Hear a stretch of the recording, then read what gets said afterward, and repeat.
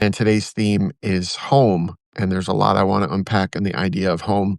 But good to see you. Come on in. Welcome.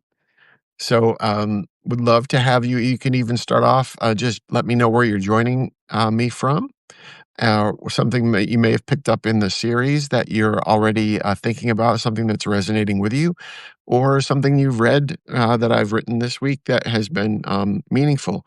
Carolyn's greeting us from a cloudy fall day in Southern Oregon. Hey, good to see you. Stella's there. Mark's in Hillsboro, Ohio. Trudy's joining us from the Delaware Beach. Beautiful place this time of year. Minneapolis is here. Greenville, South Carolina. Charlottesville, Virginia. Awesome. So glad to have you here. Lancaster, Pennsylvania. My old stomping grounds, sort of. Greensboro, North Carolina, my current stomping grounds, sort of. So, friends, a couple things as we kind of get here and unpack some of the stuff that are in the lesson today. Today's session is called Being a Happy Homemaker. The whole series is designed to help us navigate the really difficult times that the holidays can kind of exacerbate. We're already in less than ideal conditions, obviously, but we get this time of year when we are expected to be both perfect and joyful. And we may not be either of those things. So we talked a little bit about that yesterday, but the idea of home is really powerful because there's an inherent nostalgia to the idea of the word home. And I wonder what you think of home is. How do you define that? When I say the word home, what do you think of? Um, Home can be a couple of things. It can be geography, it can be a place, a location, or it can be people. People can be home for us when we are in their presence. And I think in either of those, examples, whether it's our geography, where we are, or the people that we're with, the idea of home is a place of exhale when you realize that you are received as you are without caveats or conditions, when you are feeling acceptance and belonging, and that the idea of home is something that, that hospitality is so crucial to us feeling as though we are at home. And hospitality really ascribes value to people. It says that they are worth welcoming. And as we start to unpack this series, and it's interesting that today for me, the idea of home is the session because ICE has arrived here in our town, in our area. And so I'm really feeling the tensions of what it is to be someone living in America, a person of faith, morality, and conscience, who is trying to live from a place of hospitality and welcome and inclusion and kindness and empathy. And now the rubber is meeting the road for so many of us. And I think it's really ironic that Christianity um, is really an entire faith tradition about invitation and about welcoming the stranger and receiving the vulnerable. And yet, right now, Christians, professed Christians, are most responsible for a lack of hospitality. So that's just something that I was kind of wrestling with. But I'd love to, let me just jump down here, see if we got some questions, thoughts. By the way, we can talk about the stuff from the series or anything that you want. Just want to make sure you know that. So anything that's on your mind, anything that you want to process, let me go down here. Sorry. Trying to get this set up. Okay. I've seen a lot of love coming in here. Thank you, thank you, thank you.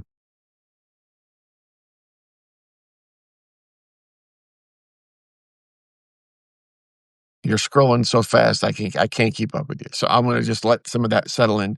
Um, so so I wonder what this season is like for you right now at this place and time in the history of this country. What are you experiencing? What tensions are you feeling? How are you trying to navigate the season? And I think, as I often share, people of compassion are always in a tension between our convictions and our relationships, because sometimes those things line up. What we believe and the people we find around us, those things sometimes align, and it's great when they do. But there's also those other times when we have to choose between leaning into our convictions or leaning into our relationships. And I think right now that's what I'm profoundly feeling, that I have people in my life who I've always been my tribe of affinity or my family of origin or, my circle. And watching people be ambivalent about what's happening in our nation to immigrants, to the poor, to the vulnerable, or watching them be adversarial to those people, it's really causing me to decide, which I'm sure hopefully many of you are wrestling with this, how how do I choose in this? How do I express what I value? Do I stay in that group and try to fight for the things I believe in, or do I realize that I need to pull myself away from that? Um, so Dimitri says, I've been struggling to talk to my Trump supporting family members, especially hard around the holidays, because somehow politics always come up. Politics always comes up, Dimitri, because politics is really an artificial label, because ultimately everything is political. I think there's a myth that we have our lives here and we have our politics over here, and we might have our religion, our spirituality over here. But the truth is, it's just all here. And our morality, if we're not religious, or our spirituality, our core convictions are all expressed in everything that we do, in the way we spend our time, in the way we spend our money, and in how we vote, and in the churches that we participate in or don't participate in. Um, and the idea of politics is simply, what are my values exercised?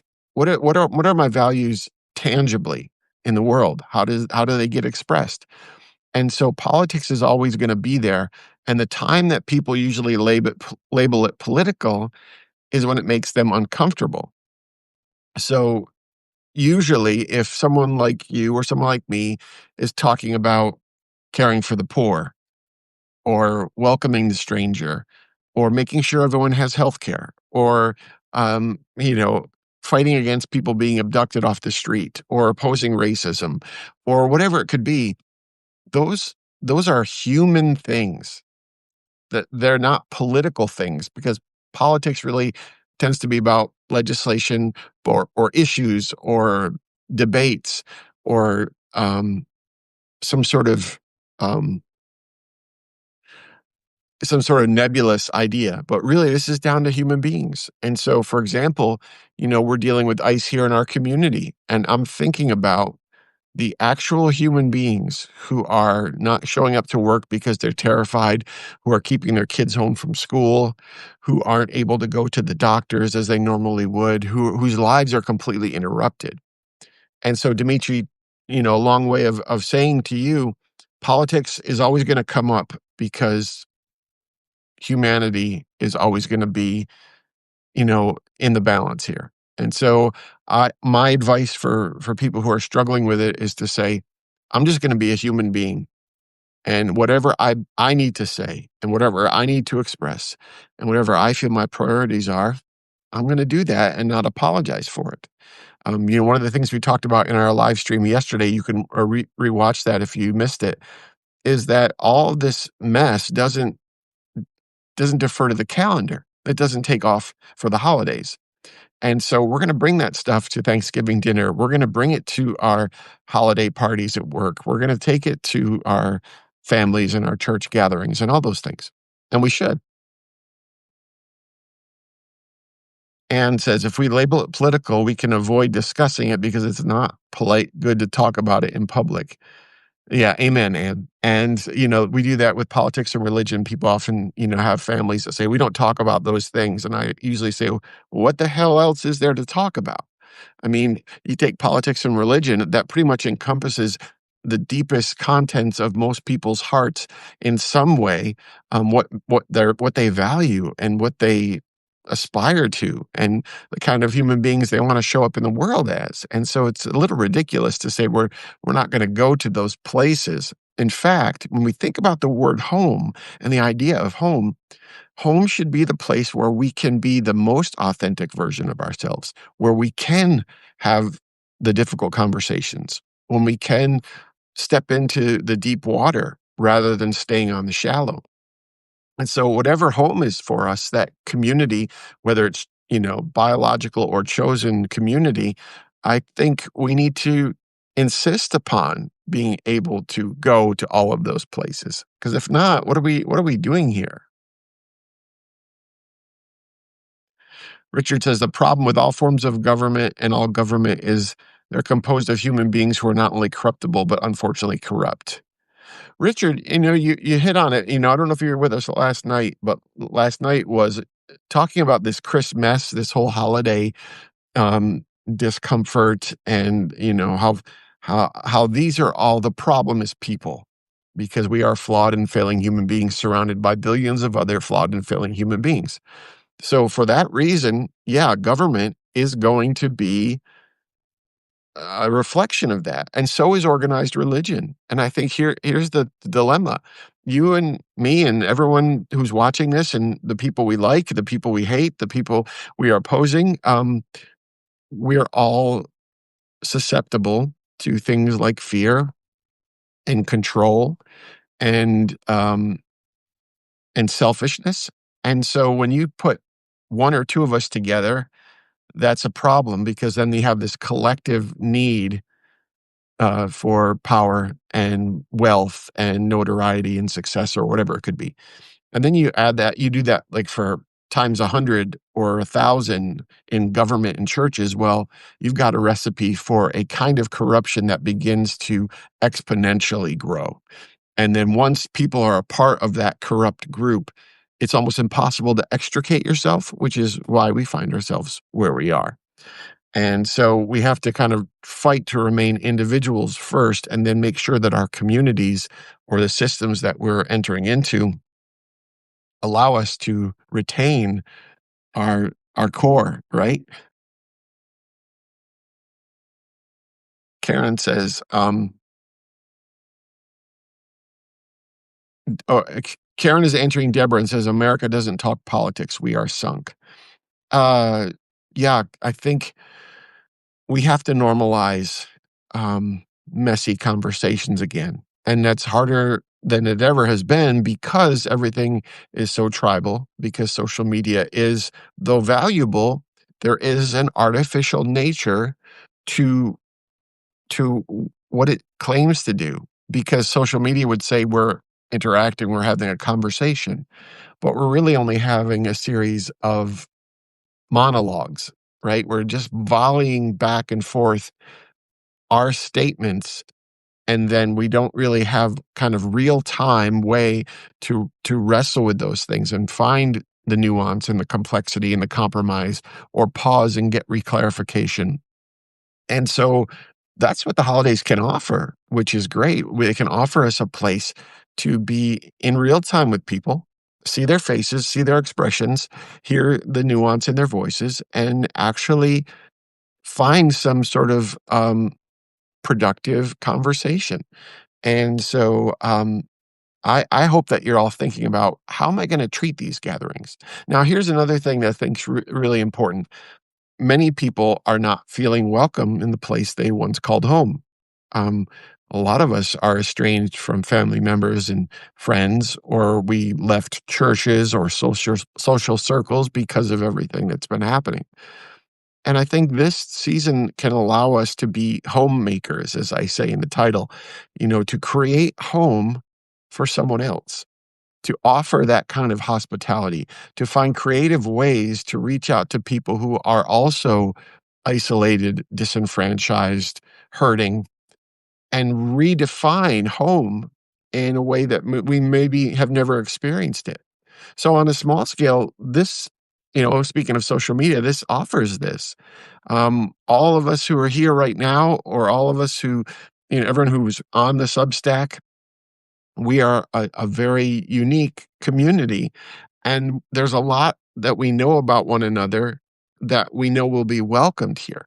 So if I said to you, hey, we're all going to gather in person, and someday we should do that. But if I said that, most of you would probably feel comfortable enough showing up because you knew there were givens in place, that your acceptance would probably not be conditional, that you wouldn't have to jump through hoops or prove yourself.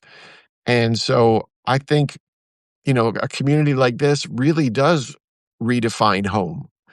There are days when I'm discouraged and I'm frustrated and I'm thinking the whole world's gone to shit, and then I show up here and you remind me that good people still inhabit the place, right?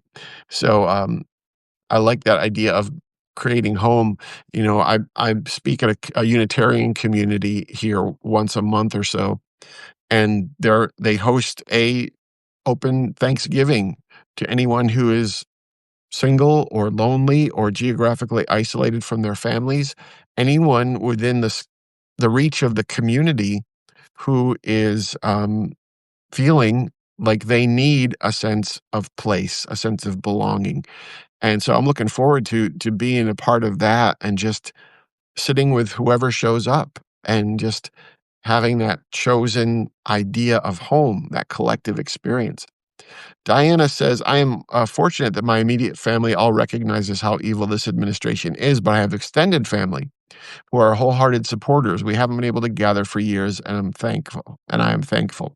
Diana, in a similar situation, really super fortunate that my immediate family, we are all like-hearted human beings, it, and it, and though the extended family are not all, that doesn't describe them. There is that sense of the shrinking of the family that we had experienced previously. I'm really cognizant of that, especially geographically, living in another part of the country, going back, and then having this muscle memory, right? I think this is a huge part of our holiday experience, and it's the muscle memory of what used to be, the people we used to gather with, the feelings we used to have, the ease at which we entered into those gatherings. And now everything's complicated and everything's fraught with tensions, and we have to sort of think our way through the holidays in a way that is really not natural or enjoyable by any means.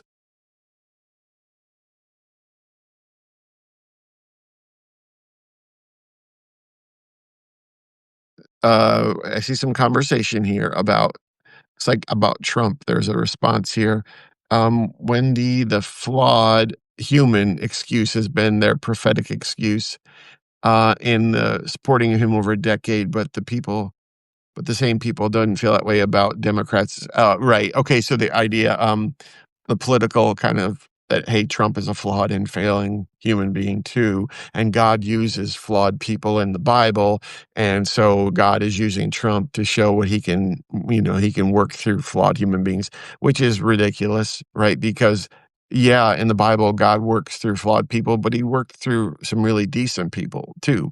And that's like saying, well, if we really want to see how God works, let's find the worst serial killers and rapists and criminals, and let's give them all, high, actually, as I was saying that, that's kind of what the GOP is doing. But for most Christians who have that line of thinking that Trump is flawed and God's using him, you can ask them, well, then should we just give the worst people leadership positions so that we can really see what God can do? It's madness when you think about it.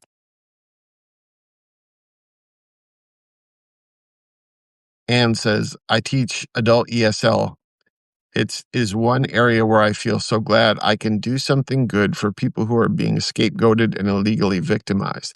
That is how I will begin my response at Thanksgiving with those who support this administration when people ask about my new job.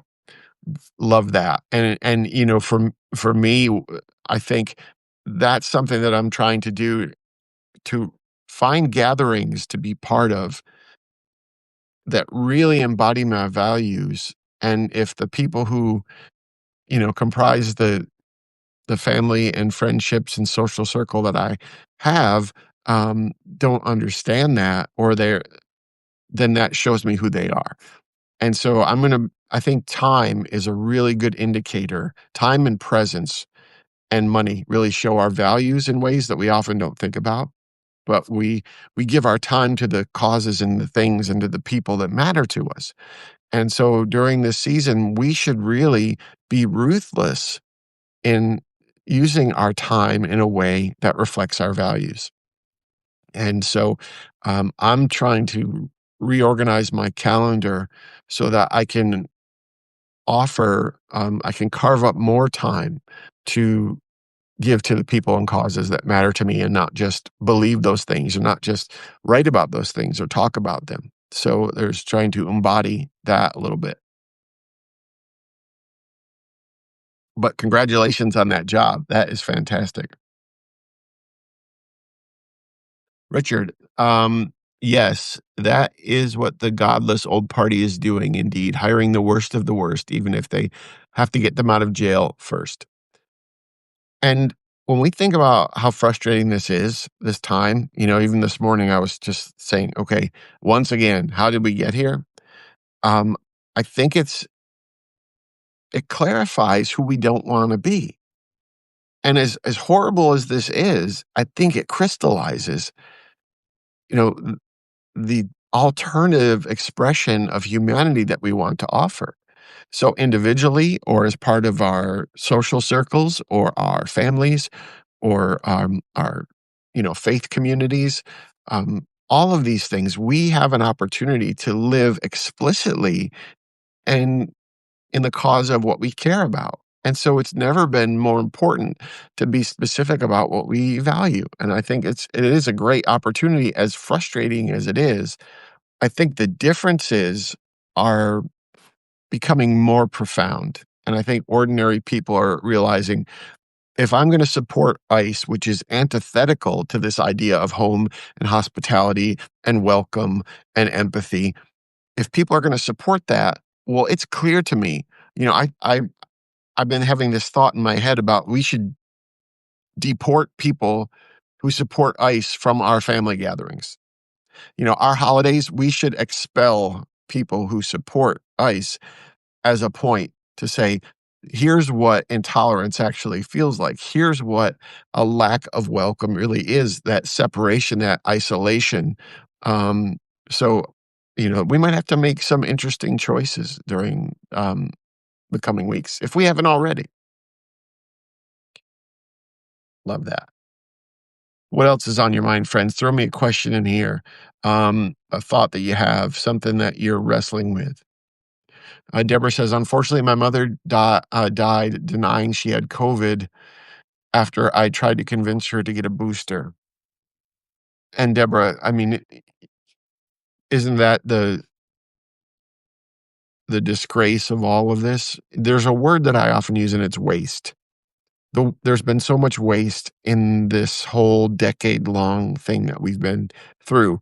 Waste of actual human life, waste of resources, waste of nature, waste of relationships. It's all been, sacrificed on the altar of this just reprehensible human being and the people who align themselves with him. So I can't imagine what that, sitting with that, and, Deborah and I know one another, so not to, you know, I have some of your backstory, Deborah, so I didn't wanna unpack any more of that here. Diana says, "It bothers me that the people who claim to follow God wholeheartedly support a man who is a child rapist and who destroys fishing boats, claiming they are drug boats, who approve of Khashoggi's murder." Yeah, I mean, here's part of the tension, is that we're still trying to figure out the how, and there really is no how.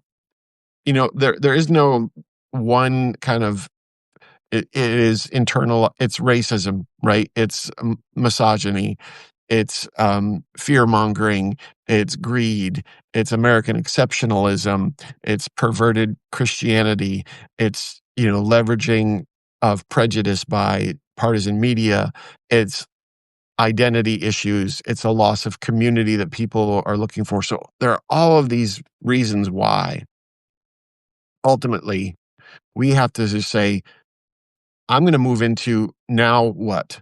Now that I see this, I'm not gonna waste any more energy, even though I kinda do it every day myself, trying to crack the code of how people found themselves here and realize I have to get about the work of repairing the damage that these people have done or opposing what they're perpetuating.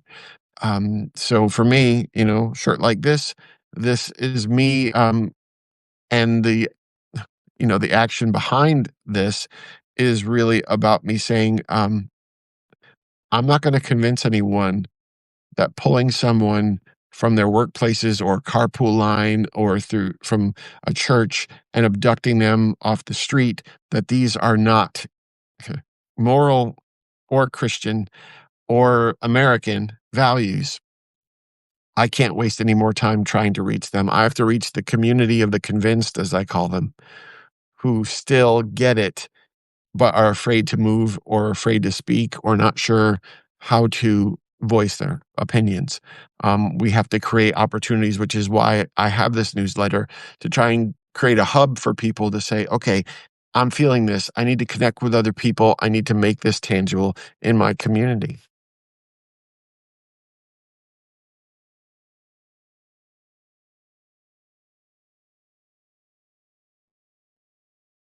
Sorry, I got a group of 100 DHS agents raided a home without a warrant and threw tear gas into the house with 2 and 5-year-olds in it. They were chasing a teen. It chasing, in quotes. If this was the police, they'd knock on the door and speak with the mom. Instead, they terrorizing family. Yeah, and so just, sorry, you scrolled through, so I lost the rest of it, but what we see is this lawlessness in the guise of enforcing the law. And this is a really challenging part of this time in history because most of us grew up thinking the systems would protect the law. We knew it was flawed, but generally speaking, we knew that people in leadership were trying to varying degrees, uphold the law and the Constitution and the human rights and civil rights. Those things mattered. Now we're in a time of our history that law enforcement is blatantly disregarding the law, and leadership in our country, our governmental leadership, our political leadership is ignoring the Constitution. So, and the Supreme Court is largely compromised. And so, in that space, what do we do when those upholding the law are lawless? Uh, I don't have a lot of answers for that, but I remember just before the inauguration recently, I was at an event with a group of progressive Christians, mainly at a seminary gathering, and I was having breakfast with a group of them, and there was probably a 75-year-old African American preacher, and he was talking around the table, and he was talking back to the experience in our civil rights, battles in the 50s, 60s, 70s, and he said, you know, Americans don't realize what is about to happen, meaning this administration. And he said, people are going to be injured on behalf of their neighbor. They could even die on behalf of their neighbor because that's how frightening this could get. And even at that time, I didn't want to believe him, but now I understand that this is not just about, protests and rallies. By the way, I'm going to be in DC on November 22nd, this coming weekend. If you're in DC, please join us. It's called Remove the Regime. And we're really trying to make a statement that we, the people, do not stand for this, and we will not. But that's beside the point. But I think, that's just a critical, way that we need to be expressing our values, and it's going to be costly. Um, it's just not just about protesting anymore. This might be about facing, real adversity and real danger. But here's the thing, people are worth it.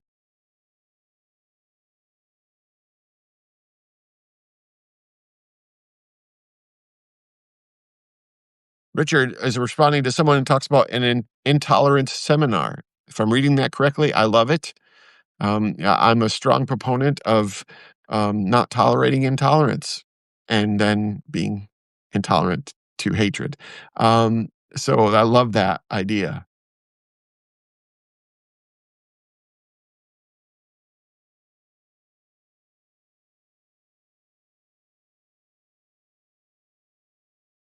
Leslie says the state attorneys general should collect citizens' videos and prosecute them for excessive force violations.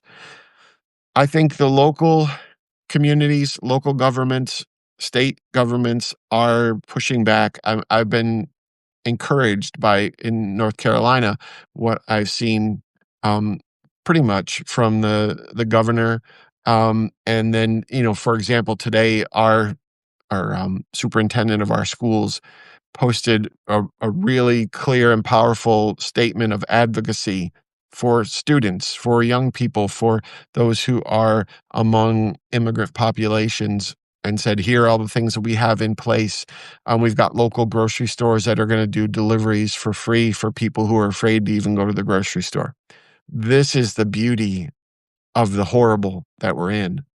We are finding our alliances and our ways to collectively express our outrage and model our values. And again, that idea of hospitality, we get to be welcomers and we get to be those who create peace for other people. So you might be in a real difficult spot this season and you're feeling heavy because you're not experiencing welcome. And again, what I would do is flip that and say, I'm going to make sure that I reach out to others who are in a similar place. And that could mean going online, finding an immigrant support group and entering into the community and doing good work. Dimitri said he's going to try to make it on to DC on the 22nd. Awesome. Looking forward to that. Yeah, this is a great gathering. It's a large group of, it began with like largely social media, writers, political people, influencers, also content creators of all kinds. And sorry, there's a dog fight of some sort going on next door. Hope that's not too loud. Um, and so I'm really encouraged, and it's one of those things where it's a grassroots effort, and we don't know if there's gonna be, 50 people or 500 or 5,000 and, or 50,000, and so I'm just looking forward to being on the ground with good people, There's another example. This is another chosen community that I'm gonna enter into and many will enter into. I was just talking to one of the people who's gonna be there, and we've never met, and he said, "I'm looking forward to hanging out with you," and I said, "Yeah, me too," because we're all like-hearted, and so we're gonna go, and we're gonna model community and belonging and acceptance.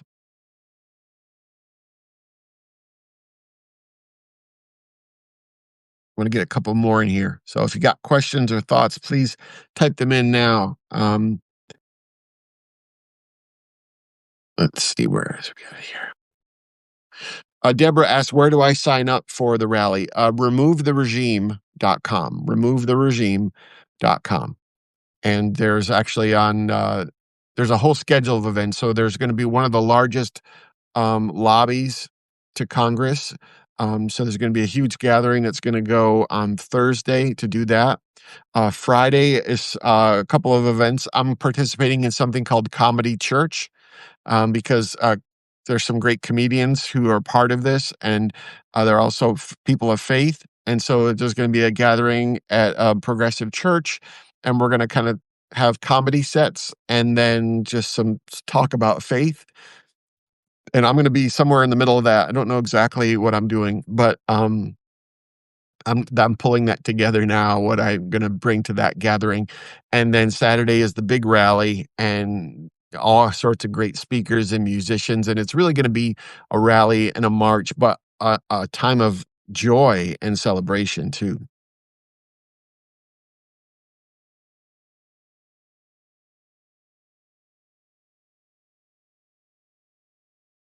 Couple more here.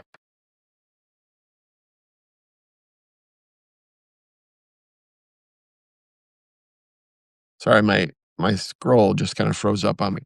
Alright, so here's the thing, it's Tuesday, and we're in the middle of this series. And again, if you're not a Substack subscriber, or maybe you are, but you haven't checked out the series, you can if you'd like. Today's video session really, again, talks about hospitality and home and belonging and invitation and what it means to create home for someone else.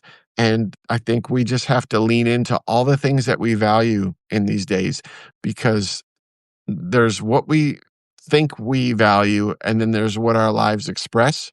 And we just have to be about being people who are, I often say, I want people to look at my life from the outside, from the things I do and say, how I treat people, how I spend my time, how I spend my money, and that they should be able to retrofit or reverse engineer, rather, what I believe, what I value.